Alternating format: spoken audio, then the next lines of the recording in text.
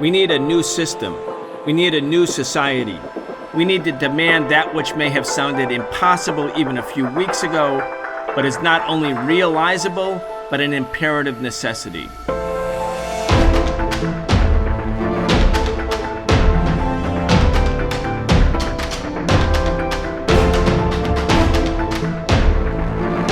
"75 years ago, a witch hunt was launched against peace activists and leftists in the United States, people who opposed the growing danger of war with the USSR, the Soviet Union. Today, as the danger of military confrontation with China grows, as the United States government and the Pentagon have adopted major power conflict with China as a principal military and foreign policy priority, there is a new witch hunt against peace activists and against the left, and people are fighting back." Welcome to this week's episode of the Socialist Program. I'm your host, Brian Becker.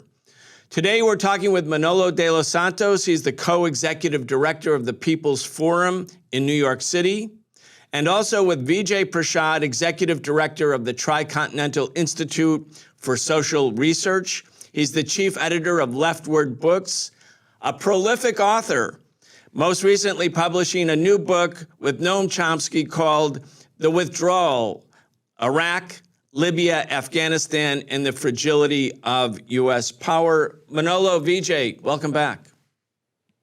Thanks for having us. Well, we're at sort of an important moment, a fork in the road, perhaps. As I mentioned in the introduction, people are organizing a mass movement. It's taking on the dimensions of a mass movement against the new Cold War and against the new McCarthyism, choreographed with the new Cold War. I want to read from something that the People's Forum and other organizations put out, Manolo, and then get you to comment. This was a sign-on letter. It says, "We stand against the rise of the new McCarthyism that is targeting peace activists, critics of U.S. foreign policy, and Chinese Americans. Despite increased intimidation, we remain steadfast in our mission to foster peace and international solidarity, countering the narrative of militarism, hostility, and fear." And then this statement goes on to identify major media outlets, including the New York Times, as being the initiators, the promoters, the purveyors of the new McCarthyism. Again, as we'll talk about in the show, that's not a new role for the New York Times. But Manolo, let's start. What is the sign-on letter? What's the level of support? What's your plan? Well, our plan has been to not stay quiet. We see this as a pivotal moment when liberal media, but also conservative media, from the New York Times to Fox News, are essentially trying to trigger a new witch hunt against anyone who disagrees with their status quo politics, anyone who opposes a warmongering foreign policy by the United States government. And the incredible thing is that despite their desire to intimidate us, their desire to even isolate us from other sectors of movements in the United States, it has produced quite the opposite. Thousands of individuals inside the United States and around the world have expressed our solidarity, have signed our statement, and more importantly, hundreds of organizations and movements and local groups and collectives have also joined the statement, kind of sending a very resounding message that we won't accept this new wave of McCarthyism. We won't accept this witch hunt. We won't accept anyone trying to tell us that to be dissenting, to be in opposition, is to be un-American in their language. Vijay, the New York Times had a major attack piece against Tricontinental Research, Code Pink, the People's Forum. I guess, according to the New York Times, anybody who says that they're for peace with China or a different orientation of U.S. policy, or they oppose militarism, they oppose the United States going to war after war after war, as you have done, that you're echoing and repeating Chinese propaganda points, that means you must be a sort of an agent of China. I mean, this is the same sort of absurd, bizarre, ridiculous, and racist coverage that the New York Times visited upon W.E.B. Du Bois, Paul Robeson, Jeff Sessions, who was Attorney General, used to say the same thing about Martin Luther King Jr. He was un-American. Anyway, it's the same playbook. Well, Brian, that's great company. So I would prefer to be in the company of Du Bois, Paul Robeson, Martin Luther King, than to be in the company, the executive suites of the New York Times. So certainly, thanks for making that list available to me and making me feel good at the beginning of your show. But we are also in other company. Fascinatingly, in July, US Treasury Secretary Janet Yellen went to China, where she talked with the Chinese about common points of agreement, where she made a statement saying that the US China relationship is on surer footing. That's a direct quote from Janet Yellen, who's in Biden's cabinet, talking about the need to dial back on the rhetoric and to increase areas where China, United States can collaborate. Well, after Janet Yellen left China, who comes to China? Interesting. At the age of 100, Henry Kissinger shows up in Beijing. Henry Kissinger meets Xi Jinping. Henry Kissinger has a conversation saying, hey, listen, we shouldn't be ramping up this conflict between China and United States. We need to dial it down. I mean, we are not saying anything very different than that. We are saying we don't believe that confrontation imposed by the United States on countries like China, but also other countries, South Africa, Brazil, and so on, this confrontation is not good for the planet. We have some serious issues to deal with: climate catastrophe, the jobs crisis around the world, the problem of militarism, the problem of increased arms sales around the world. These are real issues, and we must deal with these issues in a collaborative way. We are saying that. We've already said that, in our institute, Tricontinental. We're saying that, in fact, interestingly, alongside Janet Yellen. So I don't see why the New York Times, at this point, when the US government says that it's time to dial back the tensions with China, at this point, why does the New York Times come in and start a kind of new McCarthyite campaign against those who are trying to bring peace between the major powers in the world? Are papers like that carrying water for the arms industry? Are they carrying water for the right wing that really wants a war? I don't know. But I am perplexed that at a time when it appears that the major countries are trying to dial back the tension, the New York Times decides to come in alongside other lesser periodicals to ramp up the tension, to create fear where there shouldn't be fear. Yeah, I couldn't agree with you more. We're looking at some of the footage from the 1940s and the 1950s, the extreme hysteria that was ever present in the United States. The first time I got a job when I was, well, it's not my first job, but my first job when I was in my 20s was at a clothing factory, Manolo, and I had to sign a pledge then that said, I'm not a communist. Which I signed, even though that may not have been completely accurate. And, that was what the situation was even in 1972. People were having to still pledge that they weren't communists in order to get a job. In 1949, there was the Smith Trial Act. Benjamin Davis, here in New York City, the first black city councilman, was put on trial for sedition and sent to prison along with 11 other members of the Communist Party. And then there were follow-up trials, and more than 100 officials in the Communist Party were sent to prison. And they were sent to prison not for what they did, but for what they believed. Because they believed in the Communist Manifesto and in socialism, that was what was made illegal. So dissent was criminalized, protest was criminalized, opposition to the Korean War was criminalized, and what people were thinking was criminalized. And that's, we were taught later in the 1980s, the witch hunt was bad. But Manolo, the witch hunt is back. The demonization, the same tactics, they're back. I mean, and they're back for similar reasons, like why they originated in the first place. I mean, when the witch hunt started in the late 40s, in the 1950s, and they attacked people like Paul Robeson, like Du Bois, also people like Claudia Jones, who was eventually deported from the United States for her beliefs and her work in the United States, organizing as a communist. It was There was a clear attempt to not just crush these particular figures and their importance to the movements as a whole, but they were trying to crush the movements, in fact. They were trying to crush workers' movements in the United States. They were trying to crush the civil rights movement in the United States. They were trying to crush all those who had, after the Second World War, had understood that the war against fascism didn't end in Europe, but that they actually had to fight for greater democracy, for greater rights inside the United States.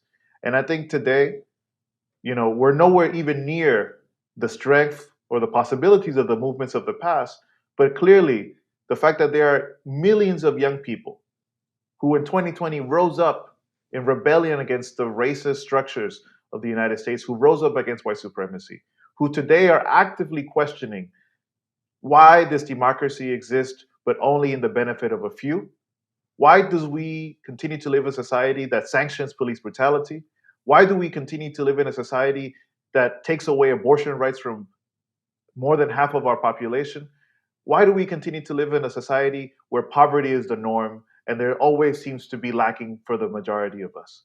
I think this attempt by the New York Times and other media outlets, but that seems to find an echo in the voices of the far right in the United States, ultimately wants to crush the movements of young people today. They want to crush the abolitionists. They want to crush the anti-war movement. They want to crush the feminist movement. They want to crush all of us young people who actually, despite having not lived through the earlier periods of McCarthyism, are saying socialism actually does seem attractive to us. Socialism does seem to have the answers that we want for our society. And we have a clear message, and I think that's importance of us speaking out is that, unlike in the past, we won't be silenced. We refuse to be silenced, and we refuse to leave. There's nowhere else for us to go. Our fight is here in the United States, in the belly of the beast, to say not just to the far right, but to the rest of society that we're going to continue fighting for the world that we want. I want to talk, Vijay, with you and Manolo about the New York Times and its role, because a lot of people think of the New York Times as like the newspaper of record, the most esteemed newspaper in the country. The right wing calls the New York Times liberal or left, which I kind of find funny at this point, because in the United States, the center right is called the left, and then there is the far right, and then there's the far, far right. And as our friend Randy Credico said, there's a fine line between the right, the far right, and the Third Reich. And I think the New York Times is, we have to think of it that way. But I want to go to we have some clippings of New York Times articles, actually. When you look at their record, especially with the Iraq War, they were selling the war. And this is a point that you've been making. Right now, they're selling hostility towards China. They're advocating for that, and they're demonizing people who are advocating for a different policy. Way back when, in ancient history, like 24 years ago, when peace activists could still get on the cable network news, we had a number of us who were, protesting against the looming war in Iraq. We were talking against the war in Iraq. And so I was on Fox News regularly, MSNBC, CNN a little less regularly. But my last time I was on MSNBC, the guy who I was debating said, "You're echoing Saddam Hussein's talking points," because I was saying there are no weapons of mass destruction in Iraq. I have been following Iraq very carefully. I'd been to Iraq many times. I said, there are no weapons of mass destruction. There were 13,000 weapons inspections over an 11-year period. There are no weapons of mass destruction. And he said, and then he ends, and this is how the show ended, and it was the last time I was brought on to MSNBC. He said, "You're an Iraqi agent." And that's where it was going in the months leading up to the Iraq War. Suddenly, the mass media closed off debate, including the New York Times, Judith Miller, the whole rest of them. They started selling the war.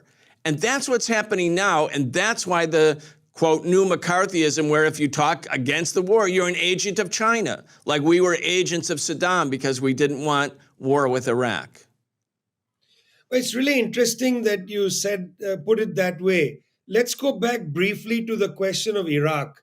I was also saying that there are no weapons of mass destruction. Now, on what basis was I saying that? Was I talking to the Iraqi government and getting their point of view and just amplifying it? That's the implication of you're an Iraqi agent. No, not at all. I was reading United Nations materials. I was reading and watching the statements of Hans Blix, who was the leading weapons inspector in Iraq at the time. Hans Blix was saying, look, we've been to all the sites. UN documents were showing that they couldn't find anything, maybe some chemicals here and there, which were of all kinds of uses, maybe to make fertilizer. Maybe these were indeed weapons, but there was no evidence of mass weapons of mass destruction production. And we were speaking, therefore, on the basis of the material available, from the United Nations, not from the Iraqis. But because we were not in the echo chamber of the United States government at the time, now imagine, talk about the echo chamber when Mr. Colin Powell, at the time Secretary of State, goes into the Security Council meeting, briefed by his deputies, told to say that there is in fact evidence that there's an informant curveball who had given them the information. And later, years later, Colin Powell was upset, said, I was lied to. I wasn't told that the person from whom information came had been tortured in an Egyptian prison, and so on. Why am I saying all this? Because, who's an agent of what? I'm an agent of the truth. I tried to seek the truth. I tried to build my understanding of the truth from the facts, not from what the CIA whispers in my ear or any intelligence agency whispers in my ear. What we're trying to say now is that this conflict with China, which starts as a trade dispute, has accelerated beyond the imagination, I think, of even Barack Obama, who was one of the initiators of this particular wave of anti-China sentiment. You will remember his pivot to Asia, the attempt to box in the Chinese to prevent Chinese developments in technology, in science, which includes high-speed rail, it includes green technology, includes robotics, telecommunications, and so on. Initially, this was a trade dispute. It was about hemming in China, not allowing China to have what the United States considered trade advantages against the major tech companies of the United States.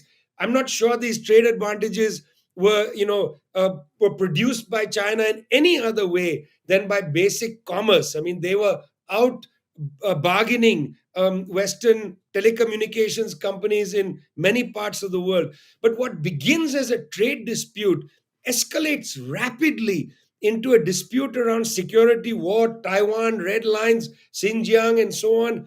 Very fast escalation into something like a hot war between two major powers. I am saying I oppose that war.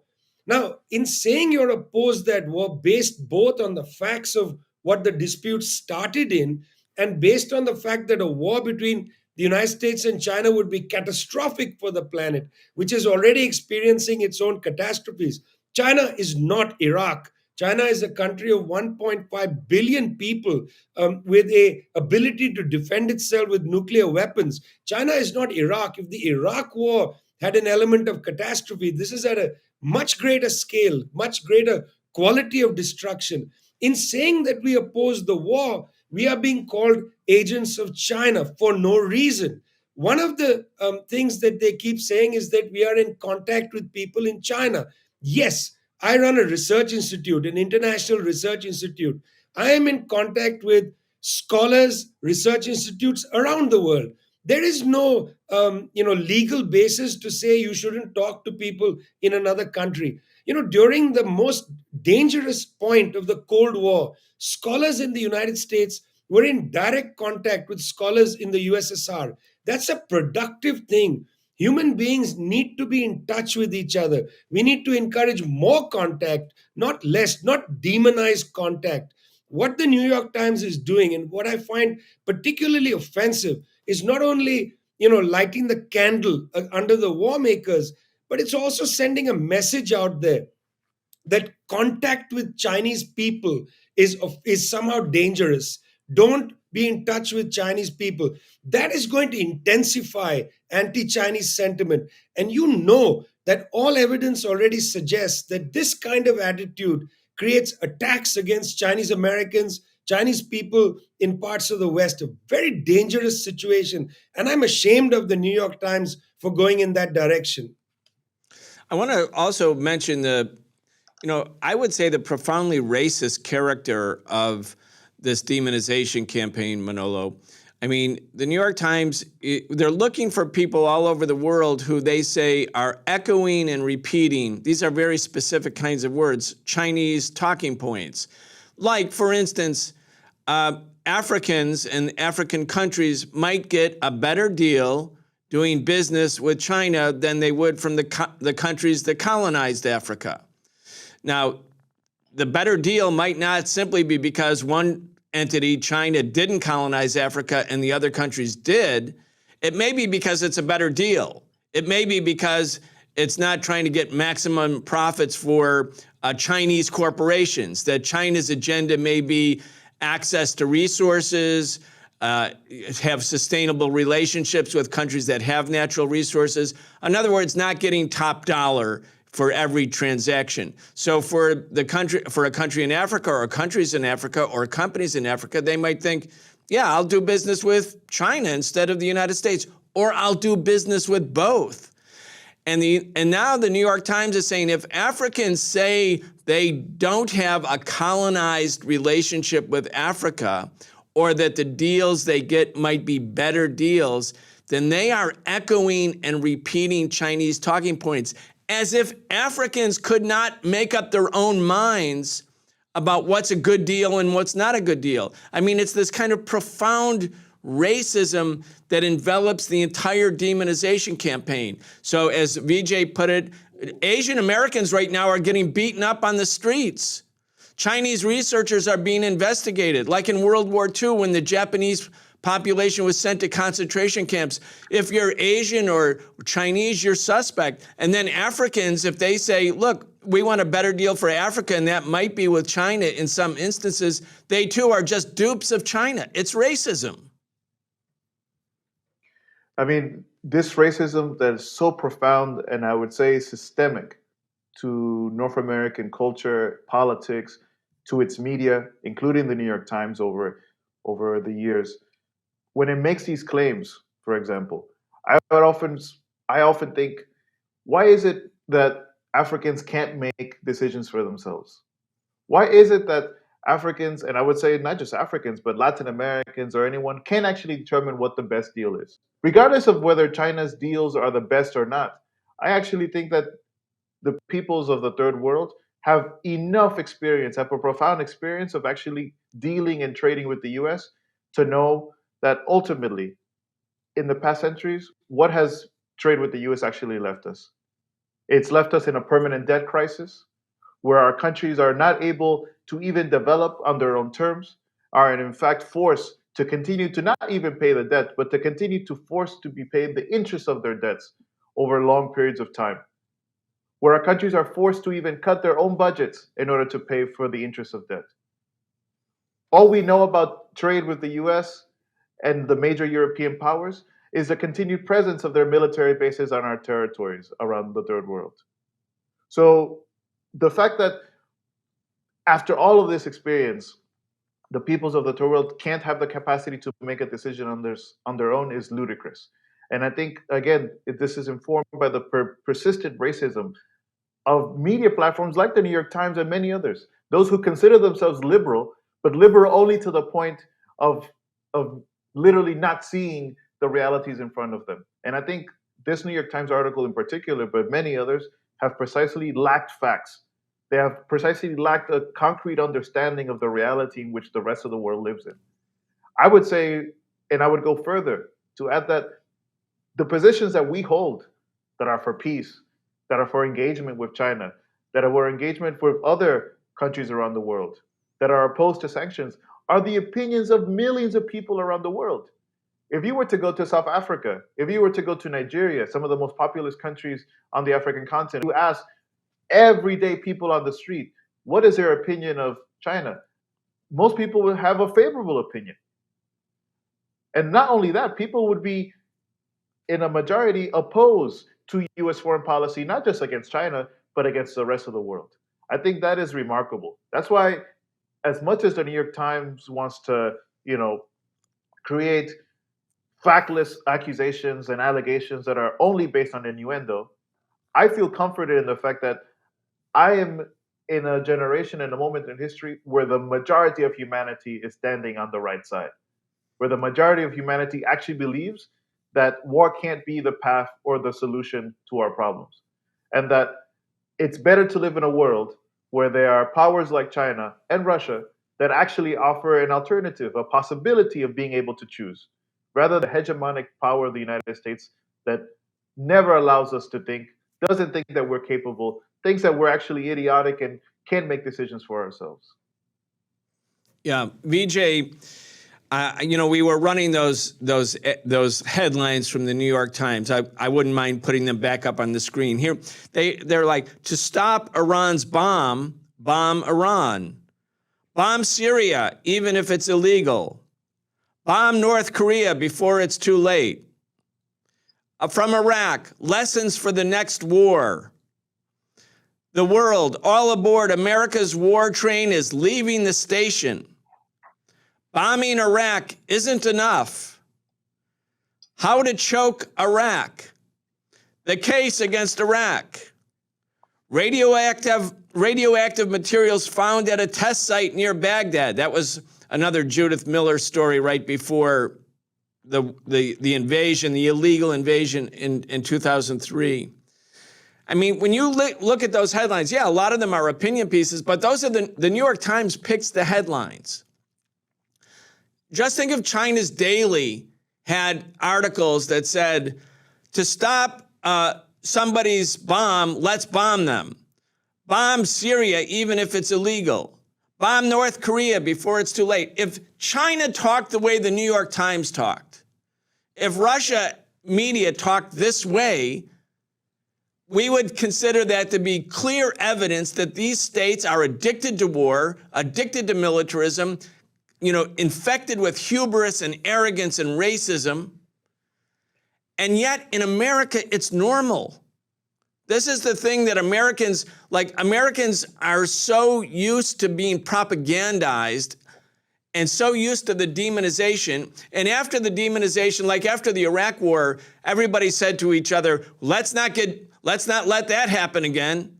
Let's not, have the U.S. media like the New York Times demonize a target so much so that the U.S. can carry out an illegal act of aggression that took the lives of hundreds of thousands of people. Let's not have that happen again. And then the next time, when it's Gaddafi in Libya or Assad in Syria or now Xi Jinping in China, like everybody forgets about the demonization from the last time because the power of the U.S. media is so great that the demonization seems normal. And as Nazi propagandists put it, if you tell a big lie enough times over and over and over again, it's accepted because how could it be repeated over and over and over again if indeed it was a lie? This is actually classic, neo-fascistic propaganda infecting American society and thus, sort of propagandizing the American people in a country that says we believe in free speech rights. I mean, what's interesting, Brian, is it's so cliched.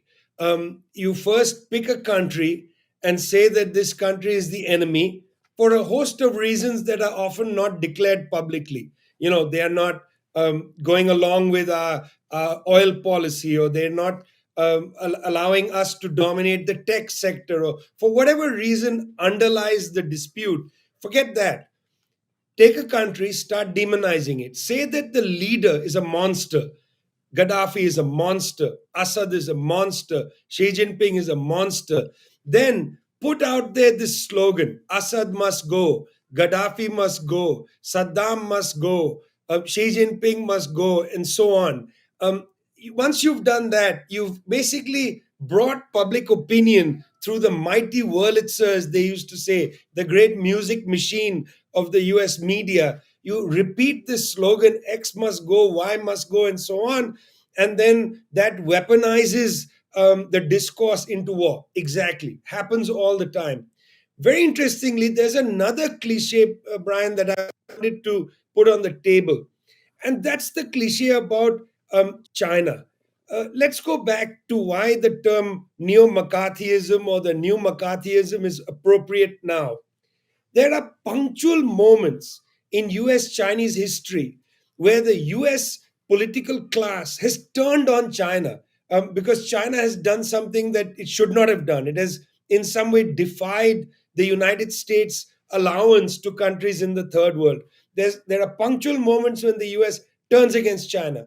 And then some individuals are picked out as people who have either gone over to the Chinese side or betrayed the United States vis-a-vis a conflict with China. Let me just pick a couple of prior instances.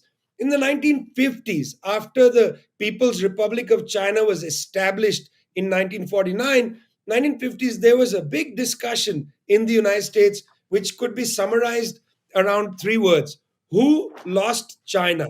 Big debate. There was a very decent liberal man who worked for the US government called John Service. His name is now largely forgotten. Mr. Service became the character that they all latched upon and said John Service lost China. Mr. Service, quite an honorable man, served his country with some dignity. I don't know much about his personal life. I just, I read his book, which is about being honorable servant of the United States. Mr. Service was then pilloried as a kind of agent of China, somebody who had transport espionage and so on, just because Service said toward the latter part of the 1940s that, look, the communists are the only game in town who are not corrupt and they are going to win. And therefore, the United States must start a channel of discussion with them. Service was the poster boy of who lost China. And part of McCarthyism in the 1950s wasn't just about Russia. It wasn't focused only on Russia. It was also this question: who lost China? After the Soviet Union collapsed in the 1990s, there was a period when it looked like both Russia and China had become pretty pliant. Boris Yeltsin essentially was effectively an agent of the United States government, if you don't mind me using that kind of language. He was basically operating as Clinton's man in Moscow. In China as well, there was a kind of quiet that settled in. China had entered into a second phase of reform after 1989. The reform starts in 1978. In the early 1990s, China was pretty quiet, trying to see what's going on in the world stage. By the late 1990s, China began to exert itself a little bit. You'll remember that there was a debate about China's position vis-a-vis the NATO war on Yugoslavia. And then, as you remember, NATO airships bombed the Chinese embassy in Belgrade. But around the same time, in the US Congress, Congressman Christopher Cox opened up a big debate inside Congress saying, essentially, who is an agent of China in the United States? And he opened hearings in the US Congress, pilloried a lot of people. Why? Because they had some sentimentality towards China, or they felt that conflict between the United States and China was just not a good idea. In the middle of this, a scientist in New Mexico by the name of Wen-Ho Lee was fingered by the government. And he was arrested, held in solitary confinement. They made outlandish accusations against Mr. Wen-Ho Lee. After Wen-Ho Lee was eventually released, it was President Bill Clinton who apologized for the treatment meted out to Wen-Ho Lee. But during the attack at Wen-Ho Lee, Brian, nobody said a word. I mean, they all ganged up against this gentleman who had, as he wrote in his book was called something like Myself versus My Country. It's a very sad book. It's a lot like John Service's book, a book that says what did I do? Why did you pick on me? So I would like to just say, just as there are the cliches of the New York Times and others taking the country to war, taking the United States to war, there are also the cliches of targeting people within and outside the United States and calling them agents of China, in particular, in this instance, Mr. Service, Mr. Wenholi. I want to recognize them because, in a sense, they are ancestors of those who are getting picked on today. This is not new. This has a history. And cliches may bore people because they say, well, we've seen this before. But each cliche is dangerous. Don't forget, Wenoli spent a long time in solitary confinement in prison. If people don't wake up to the reality of these cliches, the dangers of these cliches, history will indeed repeat itself. The only way to prevent history from repeating itself is if people stand up and prevent that from happening. History is not an agent. People are the agents, and they must act to prevent these things from going on and on in a punctual, cyclical fashion. I'm so glad you raised his case. Right now, Vijay and Manolo, there are investigations, FBI investigations against Chinese nationals, researchers, scientists, grad students in every state of the country, all 50 states. And the Chinese American community knows this. I mean, everybody knows it. And what happens when there's a witch hunt is if you don't denounce the witch, or especially if you're friends with the witch, or if you get up and say, hey, wait a second, I don't think the witch is a witch, that might be an indication that you're a witch, or you're the friend of witches. And so you become tarred. And so the tendency, especially I'd say among some parts of the population, yes, I'm speaking to you middle-class liberals, run for cover instead of standing up, because you all know exactly what this means.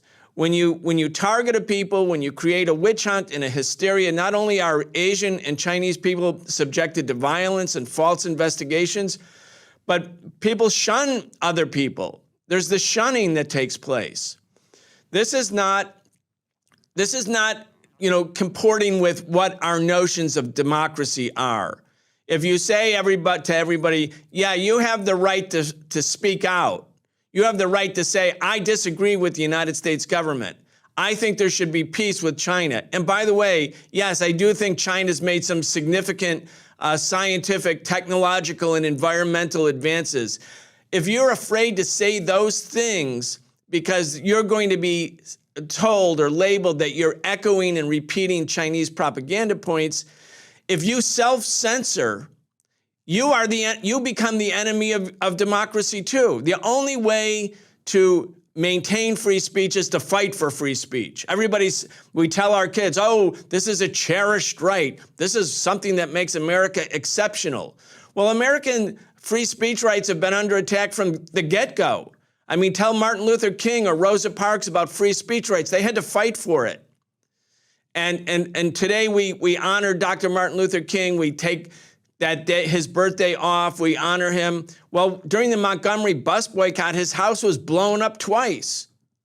And that's what's the challenge for us, Manolo, on the progressive forces, including everyone who might be momentarily intimidated, is get over being intimidated, stand together, fight together, defend free speech rights, because if we don't defend them, they're going to be eviscerated. I mean, silence at this point only paves the way for these racist and fascist forces to completely take control of the society we live in. So that is unacceptable. And we can't wait to the moment when you're standing alone to say something. Now that we actually have force, that we actually have comrades, that we have people across the country, and I would say across the world, who are in agreement with our ideas, we have to stand up and stand together. Now, having said that, I actually think that things, as much as we're facing this new McCarthyism, as much as we're facing this new witch hunt, we are in a stronger position than, let's say, our comrades were in the 1950s or 40s. Why? Because there are millions of us. There are millions of young people who actually think that the world has to be changed. There are millions of young people who believe that socialism is actually a cool and attractive idea. And even more than that, we are young people who are organized in movements in ways that we haven't seen in years before. It was only a few years ago that we were able to shed the wave of anti-communism that had initiated with the witch hunts of the 1950s. It's only a few years ago that we could begin even talking about socialism again in such an open way. I refuse to shut that door again. I refuse to go back into history. I refuse to go back to a moment when segregation and racism and police brutality and white supremacy are acceptable. I refuse to go back to a moment when LGBTQ people and women are forced to sit back. I refuse to go back into the silence of anti-communism and the Red Scare. Now is a time again to stand together, to be loud, to be unafraid, knowing that we are not a few, that these are not minority ideas, but that in fact, these are the ideas and actually the strengths and the movements of millions of people around the world who will actually transform the world we live in. I'm so glad you mentioned the fact that the taboo on socialism started to lift not so long ago in the United States. And soon as it lifted, tens of millions of young people said, oh yeah, that makes sense. Socialism sounds good. Of course, socialists are not allowed normally to participate in debates. But Vijay, I want to, as we're starting to move towards the end here, I wanted to remind our audience about what actually did happen. I was just thinking about this based on Manolo's comments. In 2015, Bernie Sanders, a very unlikely, curmudgeonly, older white man in the U.S. Senate, said he was going to run against Hillary Clinton. And the first debate, the very first debate on CNN, Democratic Party debate, a rare moment where, because he's a democratic socialist, where there's different trends in socialism, but he says, I'm a democratic socialist, meaning basically I'm not a communist, right? So Bernie gets up and he's running, and Anderson Cooper on national TV, first debate, and first question to Bernie is, Bernie Sanders, you're a socialist. How could you ever be president of the United States? And Bernie Sanders says, well, the reason we're going to win, Anderson, is, and then he talks about affordable housing and healthcare and, et cetera, free education, getting rid of student debt. He said, that's why we're going to win. And Anderson Cooper thought he was giving the knockout blow with this anti-socialist, anti-communist opening question. And in the next 3 hours of that debate, this was 2015, people can check it for themselves, $3 million in small donations came into Bernie Sanders' campaign. And suddenly, Bernie Sanders was a thing. And that's when it became okay, in a way, to start to talk about socialism. And tens of millions of people literally came out supporting this idea. So this is, I think, in a way, one of the reasons the ruling establishment is so afraid of having a real free speech is that the ideas of progressivism, anti-war, anti-imperialism, anti-colonialism, and yes, socialism make so much sense and are so popular that it will take off. It will become a mass movement. So they're using this club to sort of, deprive people of an authentic debate where socialist ideas and the socialist program can compete against the capitalist imperialist notions. Anyway, Vijay, go ahead. Well, I exactly agree with you.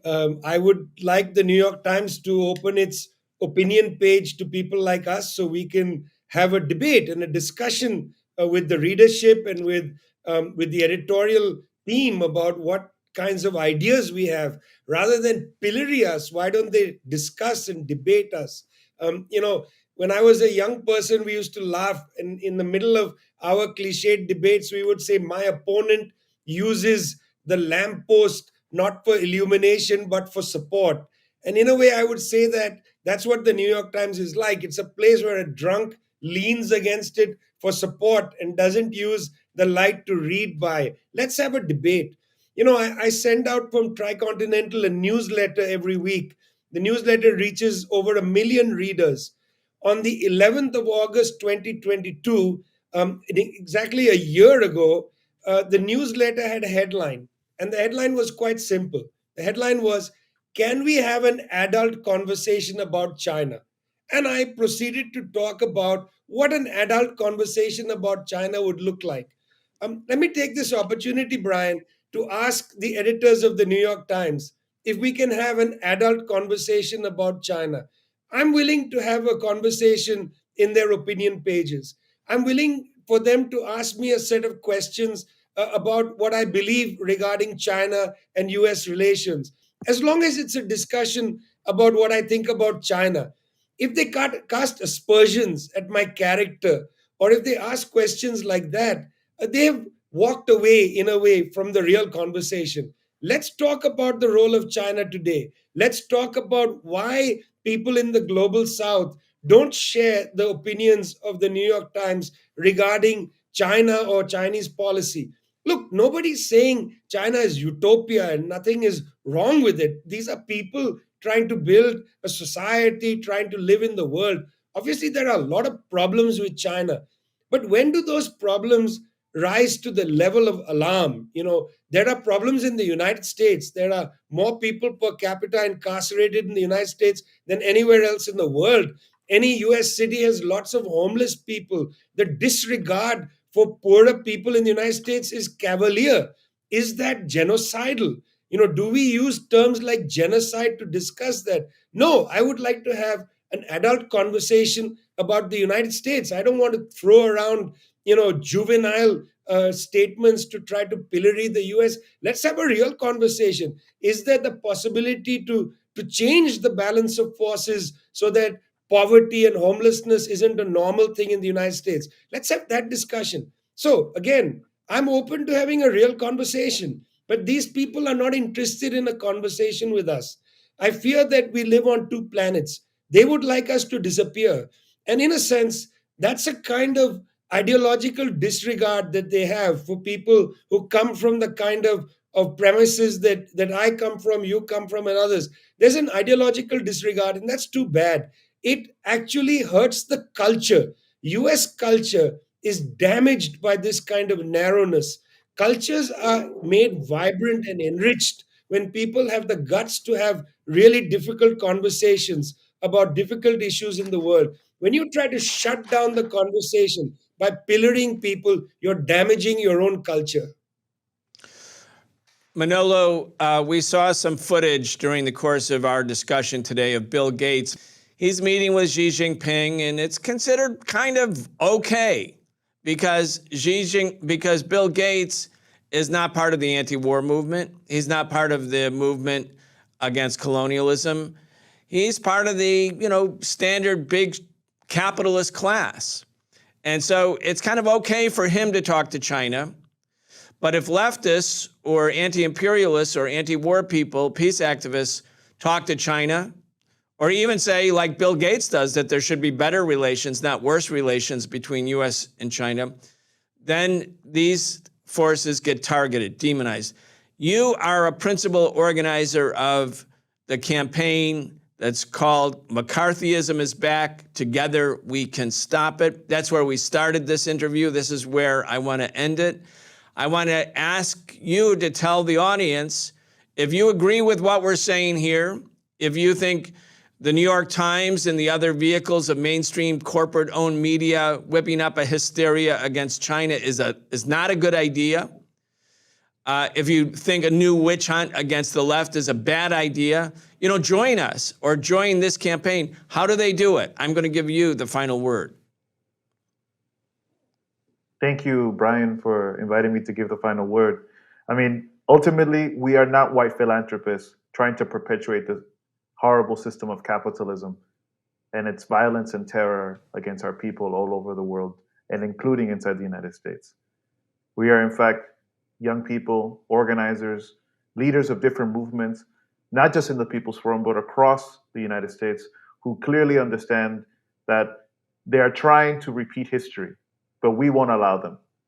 We are standing tall, we're standing strong, we're standing united with brothers and sisters and people even across the different lines of the left in the United States. We're even bringing people who are not on the left, but who understand that free speech and democratic rights must be defended. But I know there are many more people out there. So we're looking for y'all. We're looking to come together with as many different people in the United States who understand that we can actually make a difference and actually send this witch hunt back into history. Not just because we want to defend ourselves, but because we actively want a better society. And there's nothing more patriotic, there's nothing more American than following in the traditions of Martin Luther King, of following the traditions of people like Paul Robeson and Du Bois, who actually defined the real character of the people of this country. And if people want to go and sign up, become part of the campaign, where do they go? We asked them to look at the People's Forum website, but you can also look at the website for the Tricontinental Institute, also called Pink, and the Answer Coalition. On any of our websites, you can look for the sign-on statement. And it's not just a sign-on statement. Feel free to share on social media. Feel free to raise your voice and be in touch with us about other steps in the upcoming campaign. Manolo, Vijay, thank you so much for joining the Socialist Program. Thank you, Brian. Great being on the show.